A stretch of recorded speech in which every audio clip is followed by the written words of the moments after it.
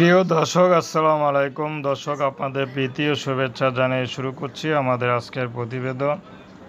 তো দর্শক, আজকে আমরা এক অসহায় মেয়ের গল্প তুলে ধরব, যার নাম হচ্ছে আসমা। আসমার বিয়ে হয়েছিল, একটি সন্তান আছে, তার পরিবারে মা আছে কিন্তু স্বামী নেই। স্বামী তাকে ডিভোর্স দিয়ে দিয়েছে, তো ডিভোর্স দিয়ে স্বামী আরেকটা বিয়ে করেছে। আসমা কখনো কল্পনা করতে পারেনি যে শুধুমাত্র টাকার জন্য আসমাকে এভাবে যৌতুকের জন্য ডিভোর্স দিয়ে দিবে। তার মধ্যে আবার একটা সন্তানও হয়েছে।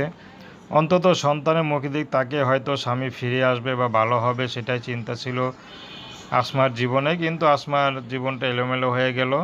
তো এখন সন্তান নিয়ে তার মার বাসায় আছে। তো এমনি তার মা চলতে পারে না, অভাবে ঘরে শিউলি গিয়ে কি করবে। তো শিউলি এখন চাচ্ছে যদি ভালো একটা মনের মানুষ পেয়ে যেতাম এই মুহূর্তে, তার বয়স যতই হোক বা বিবাহিত হোক কোনো সমস্যা নেই, তাহলে শিউলি তাকে বিয়ে শাদী করতো। কারণ শিউলির আগে পরে কোনো টান নেই, শুধু তার একটা সন্তান ছাড়া।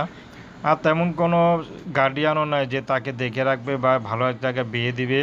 তো তার মা বিয়ে দেওয়ার আগে যে কথা দিয়েছিল সেটা রাখতে পারেনি, কারণ কেউ তাদের মাকে সহযোগিতা করেনি। তো সেজন্য যৌতুকের যে টাকাগুলো ছিল সেটা দিতে পারে নাই। তো এখন চাচ্ছে শিউলি ভালো একটা মানুষ, বয়স বেশি হোক আর কম, সমস্যা নেই। প্রেম ভালোবাসা, সাহায্য সহযোগিতা, বিয়ে শাদী করা একান্ত আপনাদের ব্যক্তিগত ব্যাপার। আসুন আমরা 5 ওয়াক্ত নামাজ পড়ি।